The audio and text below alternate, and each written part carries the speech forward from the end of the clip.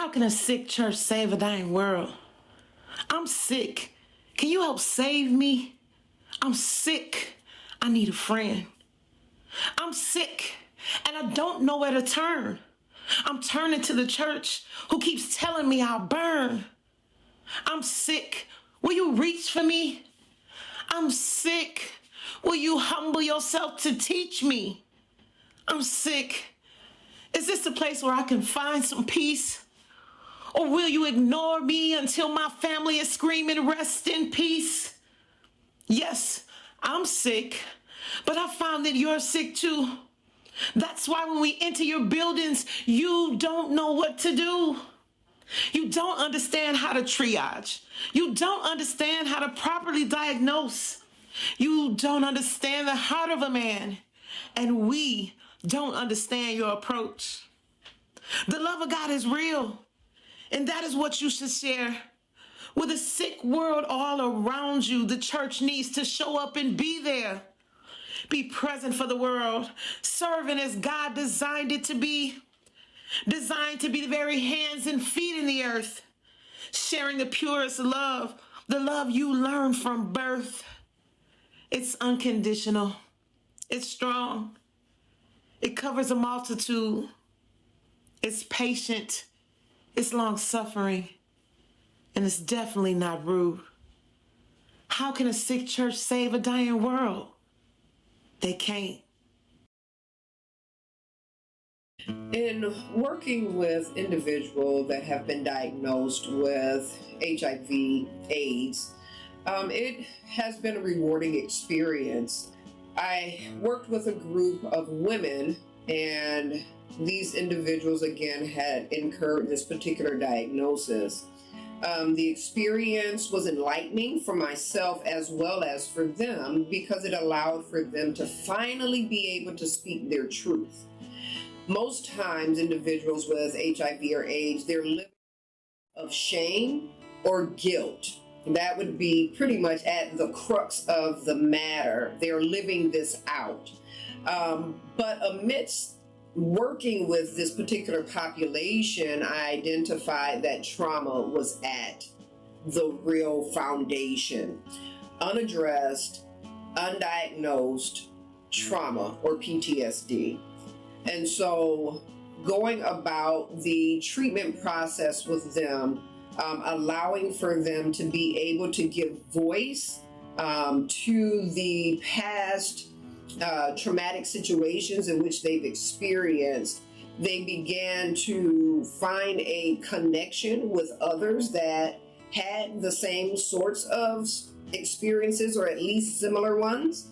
And they found that they could rest in knowing that although this was their current situation, that hope was still able for them to achieve. Some of the triggers that I noticed that this group of individuals in which I worked with faced was judgment. It was how people perceived them. It was the lack of knowledge and insight on the subject matter of HIV and AIDS. And so individuals would shun them if they had a level of awareness that this particular diagnosis had been rendered to them.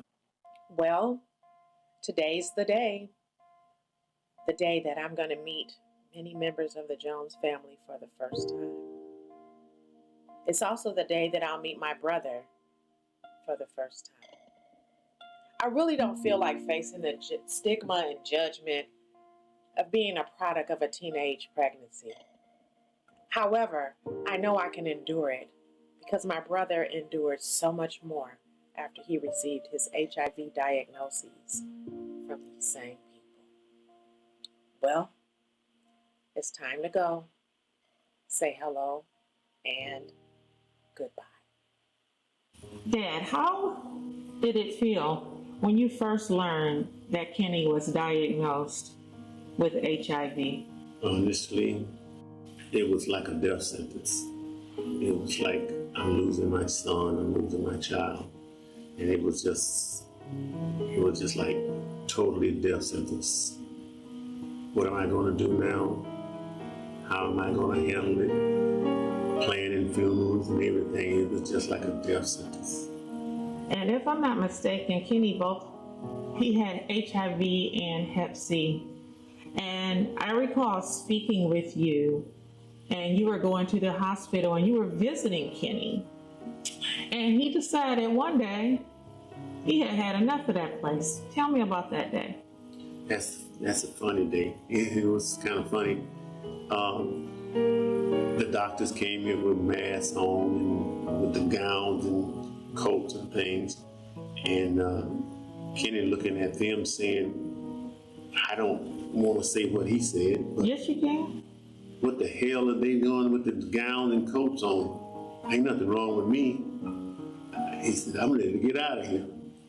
So actually, Kenny left. He walked out. He walked out the hospital that same day, I think. He said he was tired of feeling like a zombie and taking medication, and everyone they tell me this, and I don't have all the symptoms. But what he was experiencing, what they was telling him was the, I guess it was more so the, what they call it, the, when you take something in reaction to it. Oh, adverse side effects. Right. And I think he was looking at that rather than the symptom that he really had. So he said he didn't have what they were saying he had. So he decided that, hey, why am I still here? They got on masks. Nothing wrong with me. So he left. Well, we're speaking of a time that was 30 years ago. And at that time, there was no awareness really of HIV, the effects, how you can catch it and stuff. And as you alluded to earlier, similar to COVID, like we didn't know a lot about it, just like we don't know a lot about COVID and how to treat it and things of that nature. Tell me about the instance where you admitted that you were afraid of your own son. Now that's a tearjerker. Kenny was very, very sensitive. He was a sensitive person. And if he felt any way uncomfortable with you feeling uncomfortable, it really hurt. He hurt from behind, all of that stuff. And so I was just really afraid of my son. And I wouldn't get close to him. He'd come to hug me, and it was just like, okay, he hugged me, but I really didn't hug him back. And he'd shake my hand. I really didn't shake his hand. I just held on to it. And so during this time, he probably felt that I need to address this thing, but he didn't do it with me. He called his mom, and he told his mother was in Alabama. And he told his mother that Dad is afraid of me. And she called me to verify what he was saying. And she asked me, are you really afraid of Kenny? Kenny said, you afraid of him? I said, yes, I am. Well, why are you afraid of him? I said, because he always talks about killing his daddy. And I said, but it's one thing strange about it. He always talk about killing me. And I'm saying to myself, if he wanted to kill me, why would he protect me at the same time? Because he would protect me. I don't care what you would say or do. If I go visit him someplace or we go someplace, he protects his daddy, but he's still saying out of his mouth he would kill me. So I said, well, if he's going to kill me, all he has to do is bite me. That's what I thought. And she and I had a long conversation, not able to recall the whole conversation. But then I said to myself, you know, if he's that sensitive about it, then I need to do some education. I need to educate myself. So I started looking up online and started reading a lot about it and asking the doctor's question. And come to find out, I was totally wrong about it. I was all wrong. You just can't catch it like I thought you could. And so I educated myself. But before I educated myself, I have to say this. People made him feel uncomfortable also, and especially at the church. And he decided one day he's going to give someone a hug. And this person acted as if he was going to stab him with a knife. I mean, don't you hug me, get back. You know, I was standing there, I heard it. And don't you hug me, don't you hug me. Poor little fella, tears in his eyes, and he walked away. But before I educated myself, I couldn't say anything to them because I felt the same way they was feeling. I probably wouldn't have told him straight up in his face to get out of my face, don't hug me.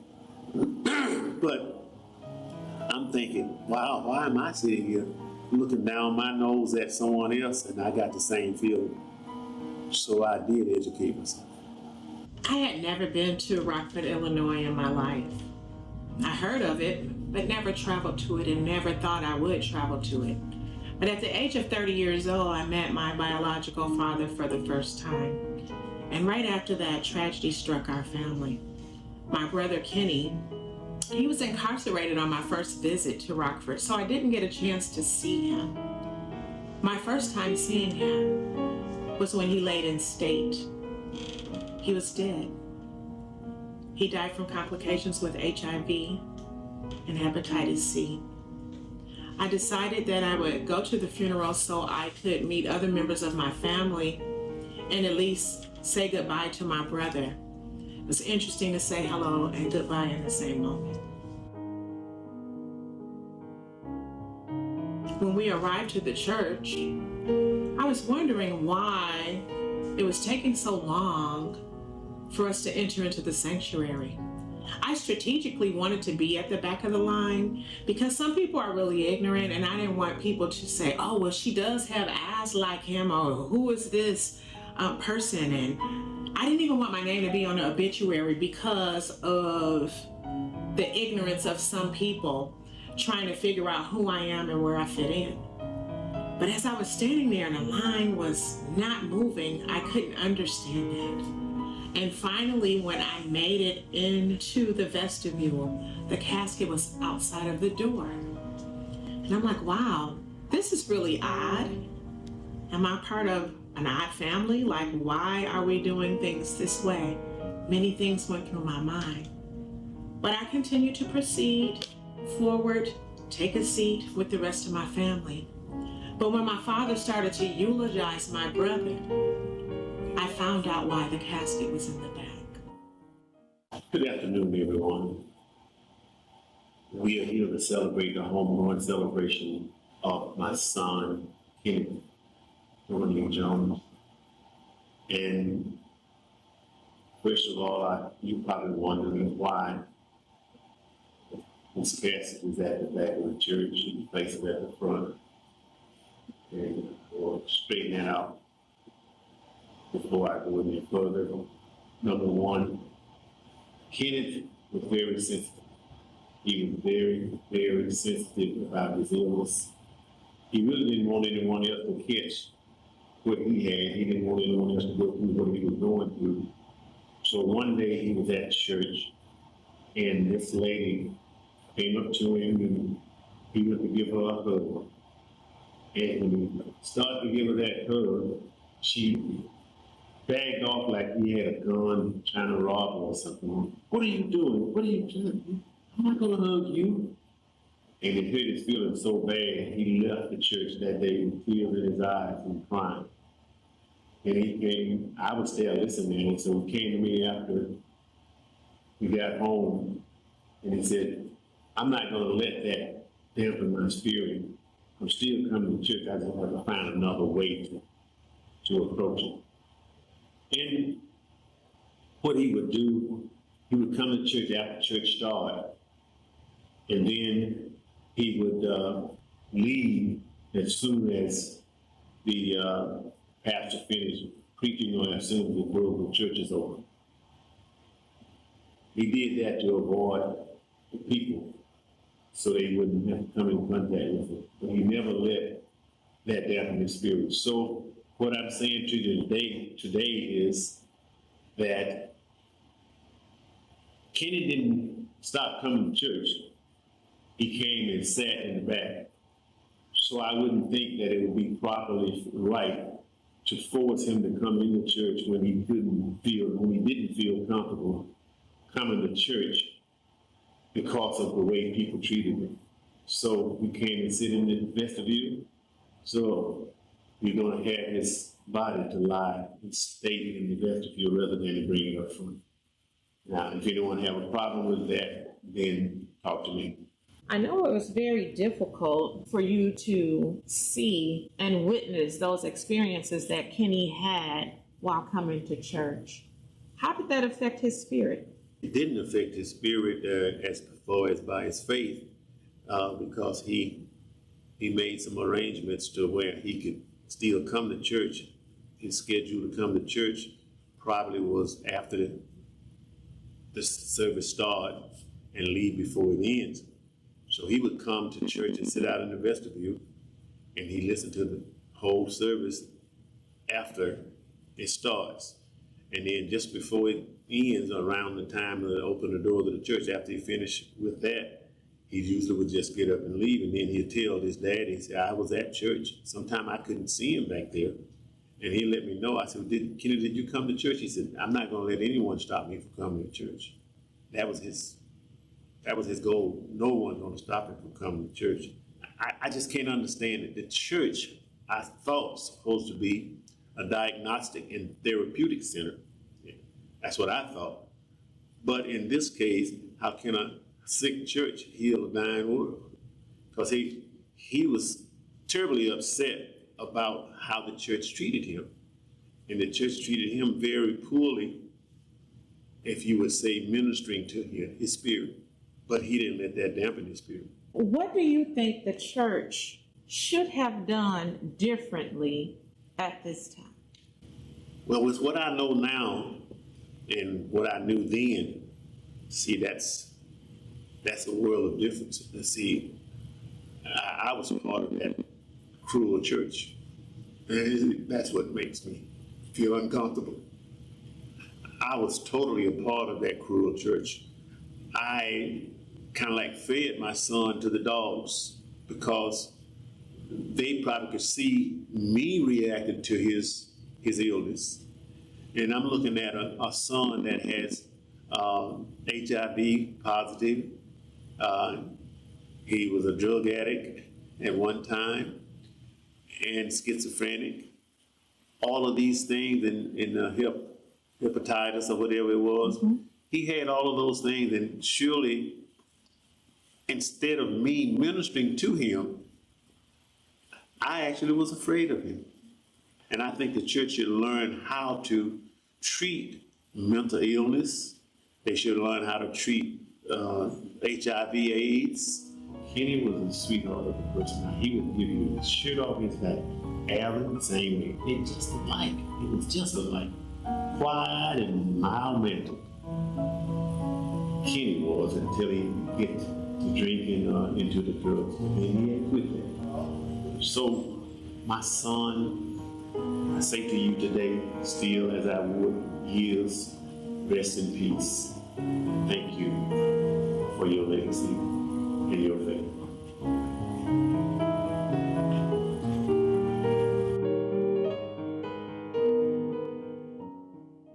This is the Real Black Coffee, no sugar, no cream, on location at SOAR to talk about a sick church can't save a dying world. And today I have with me Miss Leah Mills Chapman. How are you doing? I'm doing well, Val. How are you? I'm doing great. Thank you for sharing your expertise with us today. We know that the church has evolved from what it used to be, because it used to be a pillar in the community, a place where all crises in the Black community was handled. A lot of our power groups and our groups for Black liberation were birthed in the church. We have moved so far away from handling crises to exacerbating crisis-type situations that our members are going through.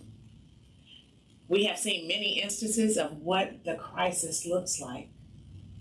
Disrespect, being ostracized, being judged. So let's move to the autopsy. What is the cause of the death of the church? Wow, that's very profound. The death of the church. I would say that the death of the church has come from the void of truth and honesty. It is the acceptance of whatever is presented, yet ignored. And so when I say that, the church is supposed to be the hospital for the sick. And when we think of a hospital diagnosis, right? A hospital treats. A hospital then releases back out into the community for the healing to occur. And so the church, being the hospital, has a role with looking introspectively from an honest lens of what is actually going on. That starts from individuals, that goes into processes of how to engage one to another relationally, and then it is to be released out into the community to be able to heal the dying world. But instead, the hospital is not adequately diagnosing what is going on within its body, right? The church is the body of Christ. Mm-hmm.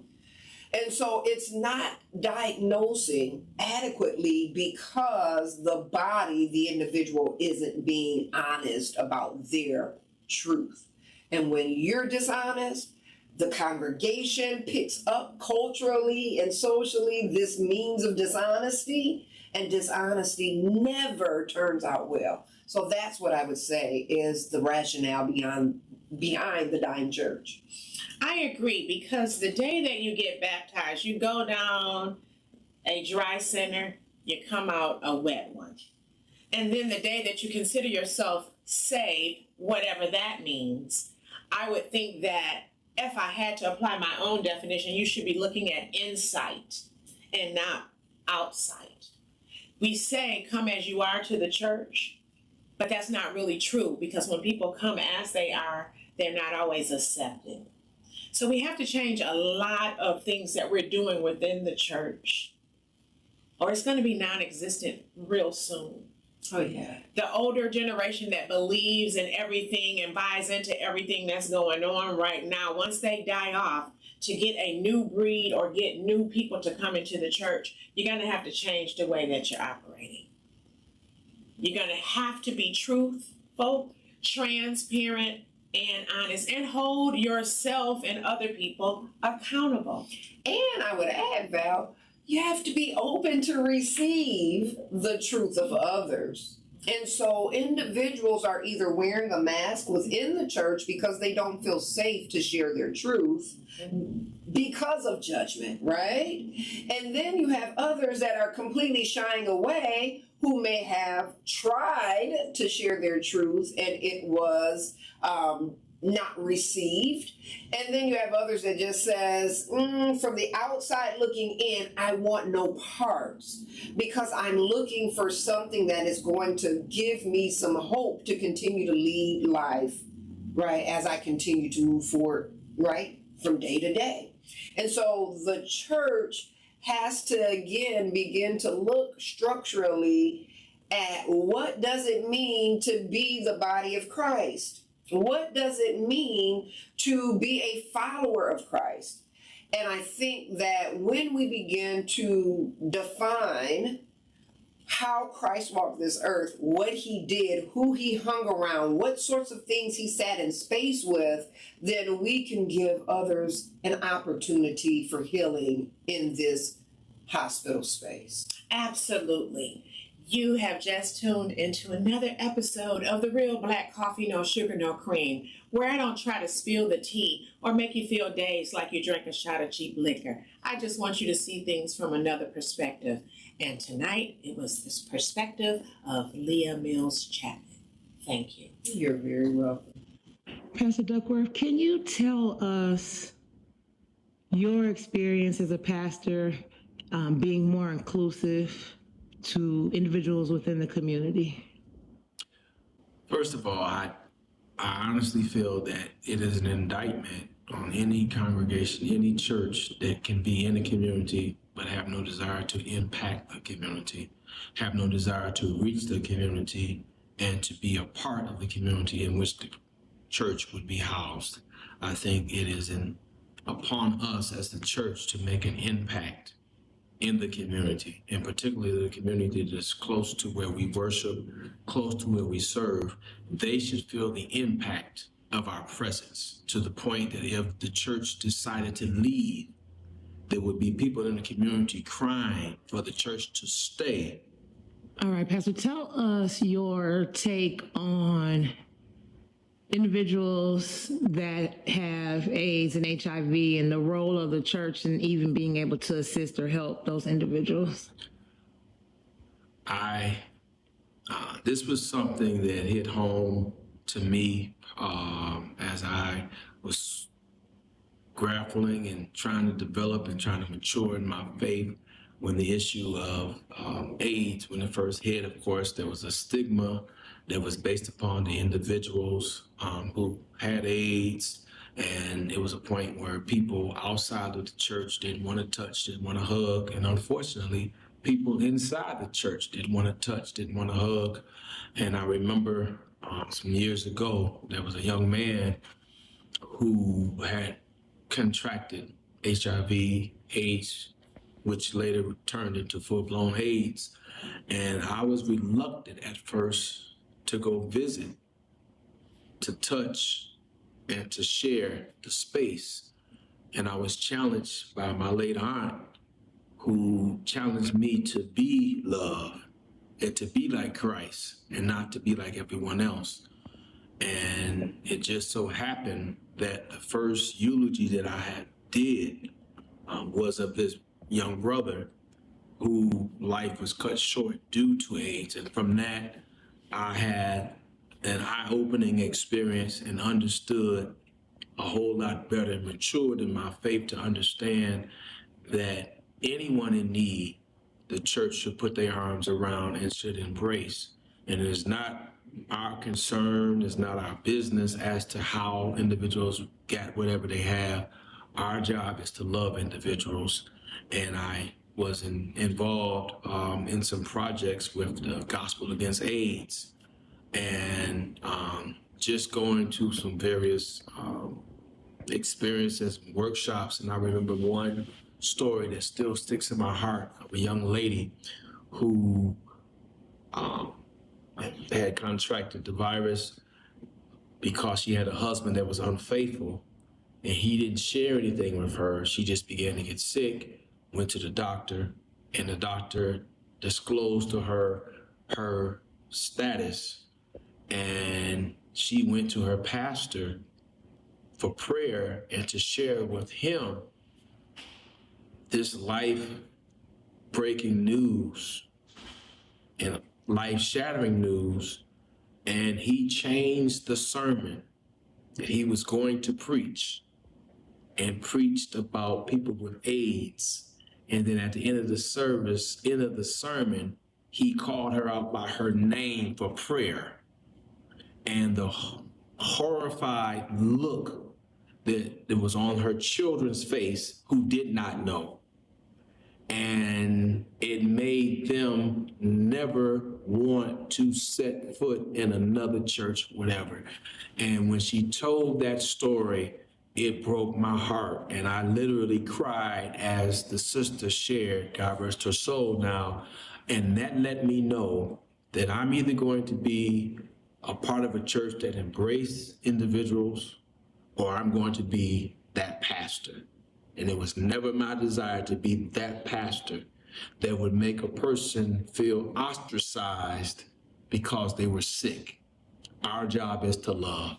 So that has really inspired me on the way that I view individuals who suffer from AIDS, HIV, and being positive, and how I've tried to be embracing and preach about sermons that would include them and to let those individuals know that they are loved. And because AIDS was not listed in the Bible, the closest I could get to that experience would be lepers.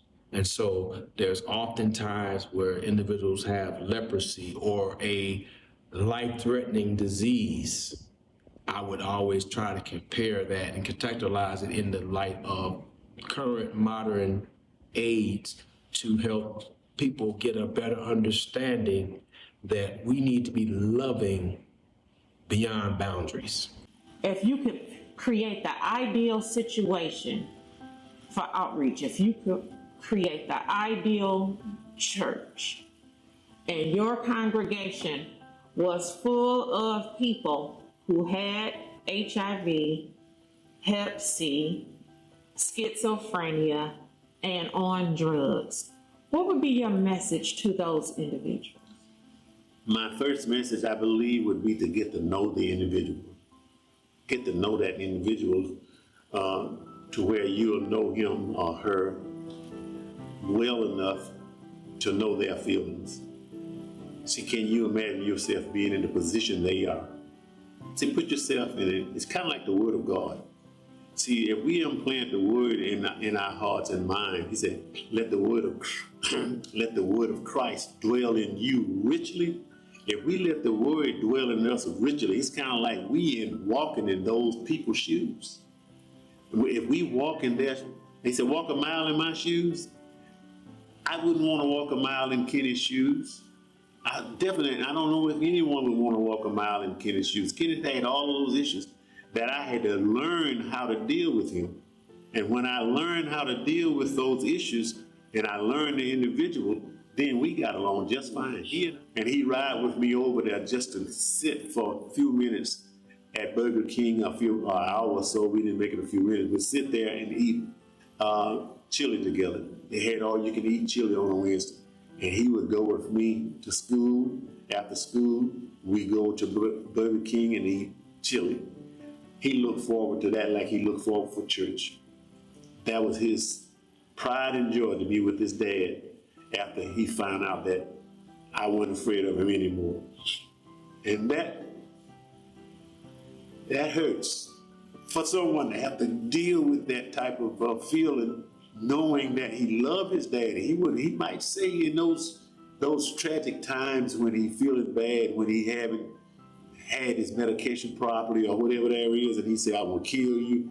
He didn't mean he would kill me. He meant, I want some attention from you. And I think the church need to learn how to give that attention to the mentally ill and to people that is suffering from different various types of illnesses. So I want to give some encouragement to those that are working in the field, as well as those that may be elders or pastors of church spaces. There is a need to engage the suffering with empathy. You may not have had to experience it in your own body. You may not have someone that is within your family that have experienced it.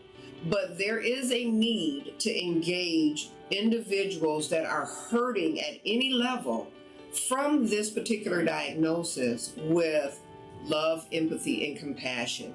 And so watching what you say, watching your facial expressions and your affect. When an individual has encountered a traumatic experience, they're very attuned to your facial expressions and your affect.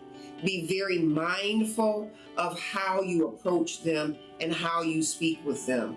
Keep love, compassion, and empathy at the height of your list. What I would like to challenge our churches is to really be about what we talk about. If there's one thing we've learned from this pandemic, for so long, people would always throw the cliche out there, the church is not the building, it's the people. But I was challenged because many churches would not take the wise approach to shutting down for any length of time because they were afraid and they worshiped the building more than the people. And so I'm putting this challenge out as a church who personify and who do our job to emulate and copycat Christ and the love of Christ It is time that we begin to reach out to those brothers and sisters who suffer from HIV/AIDS. And it is time that we embrace them with love as Christ would. It is time that we make them feel as though they belong. That is someone's son, someone's daughter, someone's father, someone's mother, someone's niece, someone's nephew, someone's aunt, someone's uncle, someone's grandfather, someone's grandson, someone's grandmother, someone's granddaughter. We cannot afford to discriminate against anyone, particularly as it relates to the love of Christ. God's love reaches everyone. And so I want to challenge our churches to put down our personas and to pick up what it means to really love individuals and to be sympathetic, but also loving towards those who suffer from HIV/AIDS. Let's not shut them out. Let's not close the door in their faces. Let's not act as though we concerned about them, as though we love them, but then don't want to do anything for them. There is something that we can do, be it an encouraging word, be it a visit, being in a phone call. There are so many ways that we can help our brothers and sisters who often suffer in silence, and no one in God's church, around God's church, who come in contact with God's church should ever suffer in silence unless they choose to. It should not be they suffer in silence because there's no one on the other end that is willing to open up, to listen, to pray for, to love on. That's what we're called to do. Not the easy cases, but the tough cases. Because that's when you really understand how much God you got in you. It's easy to love someone that's close. It's easy to love someone who we feel is perfect. But the challenge is, can we love someone whose life is in shambles? Can we love someone whose health is failing them? Can we love someone who has been stigmatized by society? And oftentimes even by the church. Because the first thing we want to try to figure out is, how did they get it? And that's what they deserve. No, that's not. That's not how faith works. That's not how grace works. That's not how love works. Love doesn't care how they got it. Love wants to make certain that they know the love is with them for as long as they have it. Should I Stay or Should I Go isn't just a song popularized by The Clash. It's also a question many people ask themselves when they're in limbo at a sick church. If Kenny was your son, would you be okay with what happened to him? This film isn't a diss track. It's not about who does church better. Depending on your perspective, this is either an assessment or an autopsy. An exploration into why a lot of churches mean well but fail at ministering to those that suffer from mental illness, substance use, and HIV/AIDS.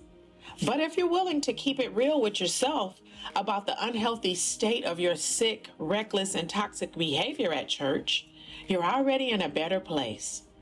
After all, a sick church can't save a dying world.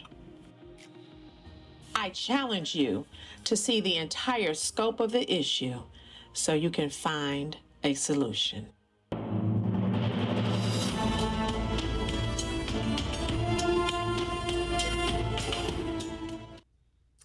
Hello, everyone. My name is Trisha Duckworth. I am the project director at SOAR. I'm so excited to be sitting here next to our executive director, Valerie Kelly Bonner. Why don't you tell the people hi? Hello to everyone under the sound of my voice. We are so happy and grateful to be with you today. Yeah, definitely grateful to be with you. I just want to start out by saying thank you. Thank you for allowing me to come along on this journey with you. This was an amazing project, but I also understand that it was kind of rough. It's kind of heavy for you.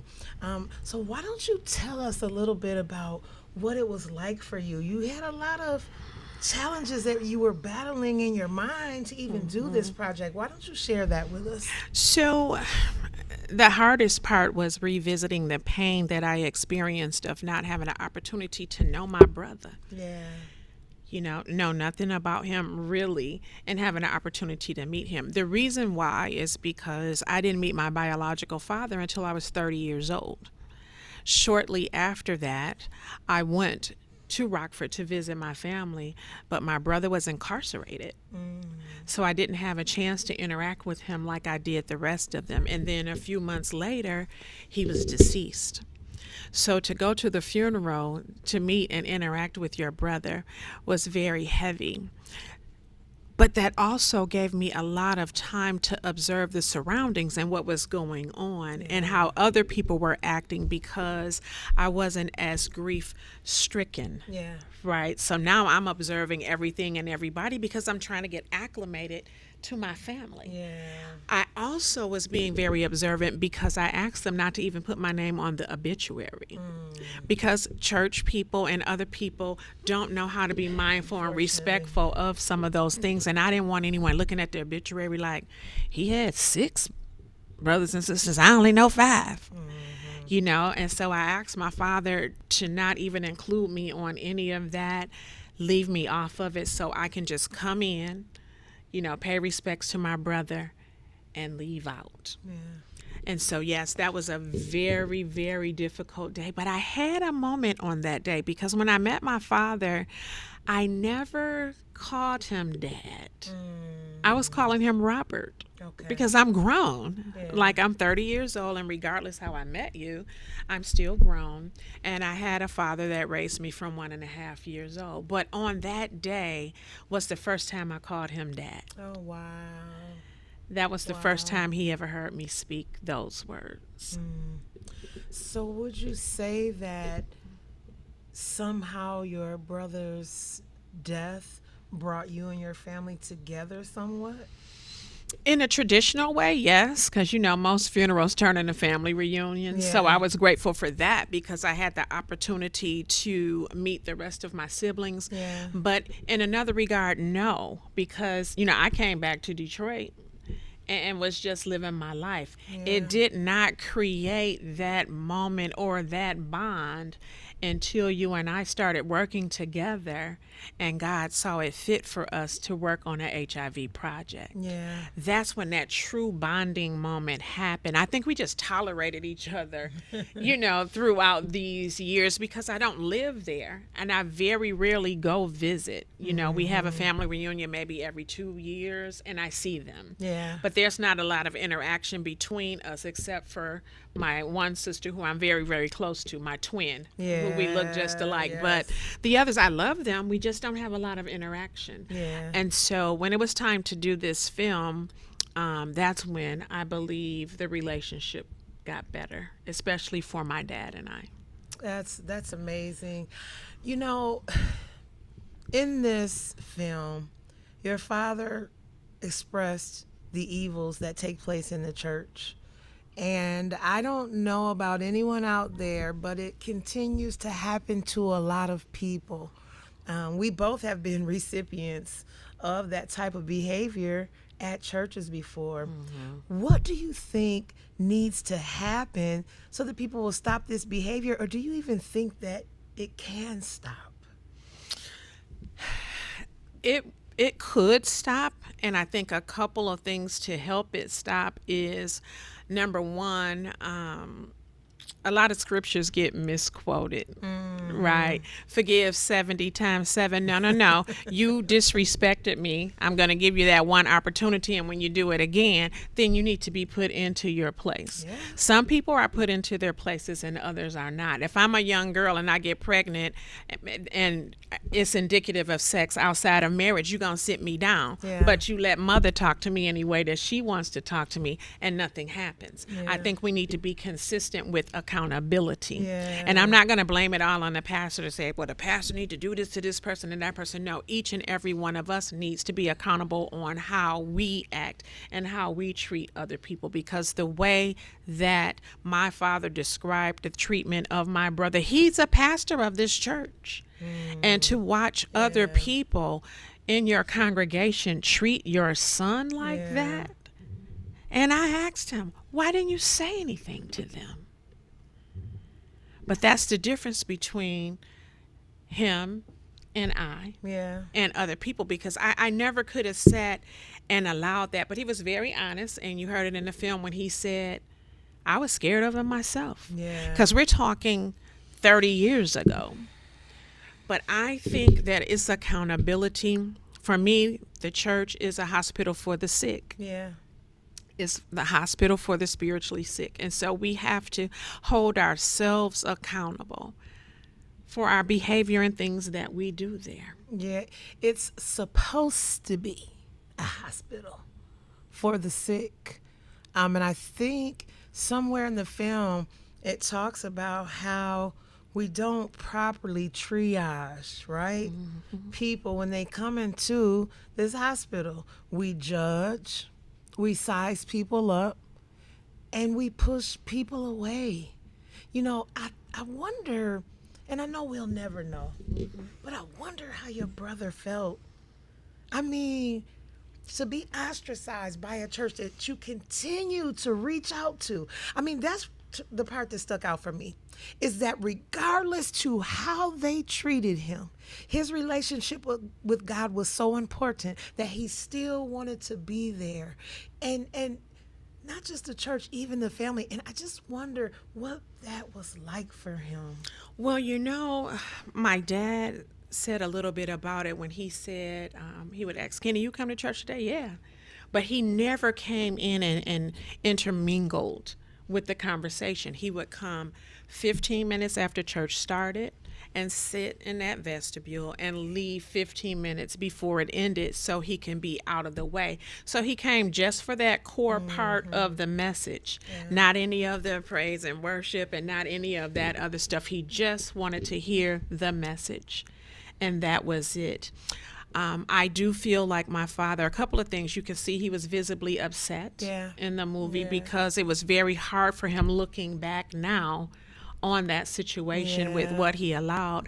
But I do feel that he vindicated my brother when he didn't bring that casket to the front of the church. Yeah, now that was... And he left it outside. That was an extremely profound moment for me. In this project, to see the body at the back of the church.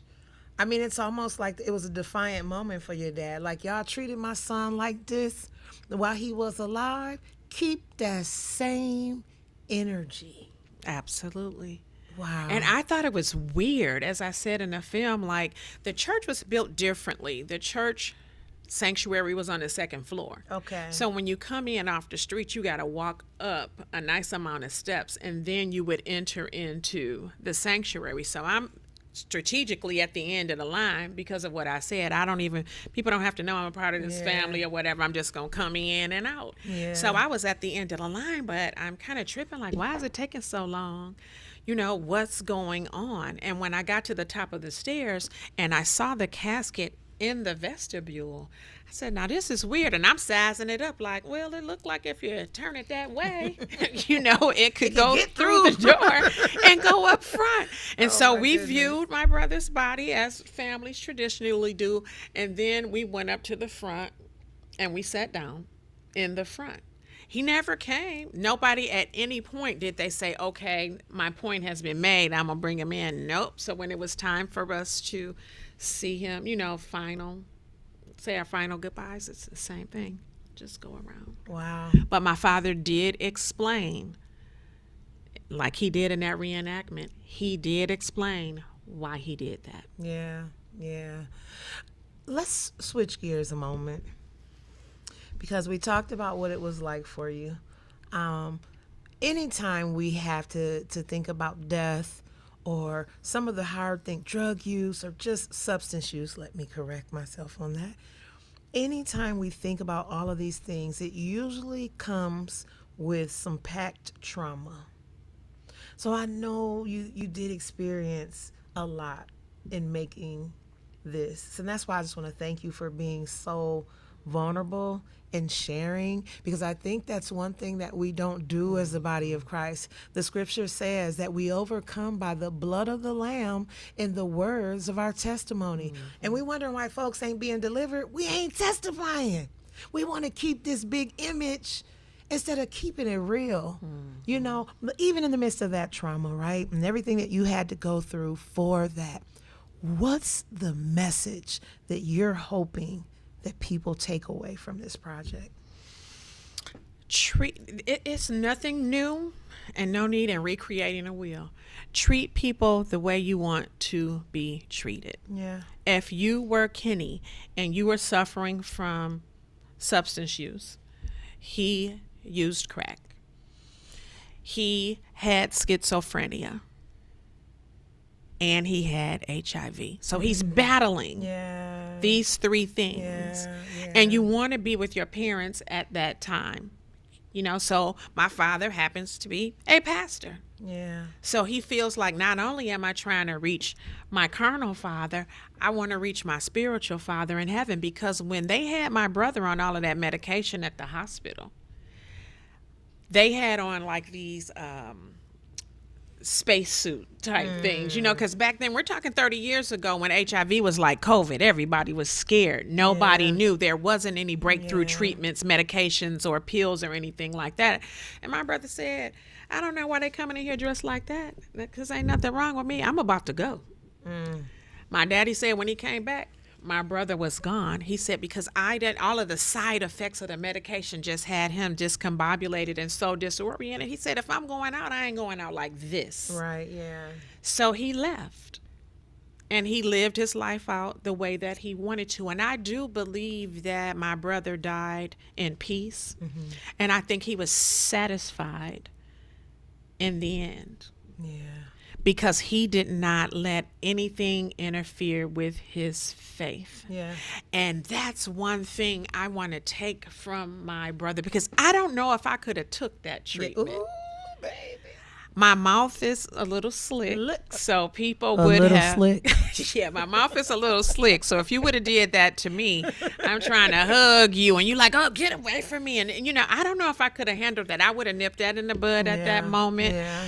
I also don't think I would have continued week after week after week to come to this place where I had been harmed. So for him, that's almost like That's important. you are a victim, but you keep coming back to the place where you were victimized, where the crime was committed, where you were traumatized. But he came back every week. Yeah. Wow. And he sat there every week. You know, and when my brother died, I flew in. And I was at my father's house, and you know how we are. Everybody comes over that day. Now, I just thank God that I didn't know that this had happened at that time. This was before the funeral, but people were just hanging around. They didn't want to go home. I had to put them out like, excuse me, we're kind of tired and we're sleepy. It's a lot of trauma that we are going through right now. Like, we'll see you another time. Can you like go home? My father is like, thank you. You know, thank you for saying that. And so that goes to show what type of person he is, though. Why he didn't speak up to that congregation and say this, and why he didn't say that. That's just not how he is. He probably felt like he would hurt people, where I feel like if I have to choose someone to be hurt, it would be you, not me. I'm tired. We've been running around making funeral arrangements and stuff like that. It's 10:30 at night. Like, we want to go to bed. But he would never say that. Anything to hurt anybody. And so my father endured a lot as well. So I want to thank Pastor Robert Jones in Rockford, Illinois, my biological father, for even allowing us to tell this story and also putting himself through what he went through. He was fighting back tears throughout the production of this whole thing, even when we went to the cemetery for him to revisit what happened with my brother and to talk about the treatment of the church, etc. And as a matter of fact, it was a few things that we wanted to reshoot, and he said he just couldn't bring himself to do it. Yeah. I mean, and I think he wasn't even with us at the premiere, you know, so to be able, and I get it. You said something though, and I really want to touch on this, because come to church. I hear this narrative so much. Come to church, come to church, come to church, come to church. First of all, you cannot go to church. Church is not a place. Church is the very essence of who we are. We show up as the church, right? And so with that, how do you see outside of the box ministry moving forward? Because see, we are embarking upon that, right? And I think it's something that's very important because people need the touch of Christ that will never walk through those church doors, not because they don't want to, because of other folks' representation of Christ and who Christ is. So what do you see for our future and moving forward in ministry and carrying the heart of your brother in this project and where we're headed? So it's interesting that you say that, because I feel like when COVID happened and everything was shut down, including the church, there's a lot of things that did not recover from that and will not recover from that. And they're going to have to change the way that they operate. And in order to do that, I think we have to broaden our mindsets. And so as you know, but we'll let the viewers know that we have a harm reduction program where we go find people who may have HIV, who are injecting drugs, who have mental health issues, and we service them with what they need. We do problem ID and referral. We ask them questions about what's going on. We have talked to townships and city councils to get ordinances changed so we can pass out syringes so they don't have to share syringes and spread this vicious disease and other things like that. When we started having church on the street with these individuals at the liquor store, at the Marathon gas station on Michigan Avenue and Harrison and Inkster, at the Allen store on Carlisle and Inkster Road, when we were just out there, Trichet was singing hymns and we were praying with those individuals, souls were saved. Life was breathed into individuals. And people participated. There were several people that came up and just started worshiping with us. I forgot what song it was, but the lady came up and she said, I want to sing. And she grabbed that microphone and she sang. A lot of people have even asked us, why are you doing this? Nobody loves me. Nobody cares. And so we are working on that type of ministry called to care ministry. We talked to one pastor who seems to be okay with us having a ministry just for people who use drugs, who perform sex work, and who do things that would be ostracized, looked down at, and probably ushered out of any other facility, because every miracle that Jesus performed began with a problem. And when he solved that problem and performed that miracle, he was not in between four walls when that occurred. He was among the people. The woman was by the well and Jesus was by the well. He didn't say, well, you know, I'm going to be open at 11 o'clock. Meet me at the church at 11 o'clock and we're going to pray. So I think that's where we are now. And I'm not bashing the original church and the way that it is set up, because there's a time and a place still for that where people are comfortable worshiping in that way. But the way that this world is now, we have to go beyond the walls. That's right. And we have to let those individuals know, like my brother, that they are not forgotten. And that's what made me do this film. That's what put me on this mission that I'm on. And that's the takeaway that I want individuals to get from this movie, that those who have fallen on hardship with mental illness, substance use, or anything that is ostracized by the church or anyone else, you are loved and you are not forgotten. There's someone out there that loves you. Trichet and I love you.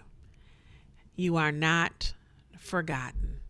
And that's what I want individuals to take from here. And also have a mirror moment. Take a look at yourself and have you ever turned your nose up? Have you ever frowned upon someone who looked like you? Because the truth be told, there's a lot of people that's in church that's getting high using opioids and everything else, but they driving good. They roll up in a Benz and they have a nice suit on, but they are in the same mental state as my brother, battling schizophrenia, and they may be drinking or using some type of substance to help balance out that. Yeah. My brother was battling his own demons. He had a lot of trauma from his childhood, and he was battling those demons, and drugs got him into that place where he could feel numb in the moment, just for that, and not have to continuously battle these demons in his mind. And it's a lot of people who are battling demons, but they clean up well. Yeah. And they drive good. That's that image, you know, Yeah. able to protect that image. Absolutely. Wow. Well, I'm just grateful because as someone who grew up in church, I'm a pew baby, you know. And so as she stated, I was one that treated people like that, looked down on people, you know. Oh, well, they don't go to church. Just so judgmental until I had my mirror moment. And God showed me just how ugly I was on the inside. And I'm so grateful. A lot of us avoid that mirror moment. But like she said, I challenge you to just look in the mirror because God will show you yourself and then you can clean it up. It's okay. The Bible says we all sin and fall short of the glory of the Lord. So when you realize just how messed up you are, when you realize just how much the grace of God is needed in your life, then you can take that love and that grace and go spread it with those who you meet. When you became a Christian, it was for you to have insight, not outside. Yeah. Insight. Look within yourself. That's right. And figure out what you need to do to be a better person, to exude the love of Christ to those who are surrounding you so that light will shine. Yes. Because I know when I got baptized, I went down a dry center and I came out a wet one. Nothing changed for me until I had that insight and I realized that I needed to do some things differently. So we're asking you to just take a look at yourself. Yeah. And if Kenny was your son, would you want him to be treated that way? If he was your brother, would you want him to be treated that way? If you were Kenny, It was you, yeah. would you want to be treated that way? Or would you want someone to love you and respect you and to say, I am here for you. I will talk with you. I will listen to you. And I will support you in ways that I know how. Yeah. Wow. That is amazing. Well, we are coming to a close here. And this has just been a blessing. Anytime we can look at ourselves and grow better every day. And this is our hope for this project, that you will take a look at how you're doing things, adjust, and then go and help save this dying world. My name is Trisha Duckworth. Again, I'm the project manager at SOAR, and we thank you. You got any last words for us? I do not. Just ask yourself, can a sick church save a dying world? And the answer is, They they can't. So long.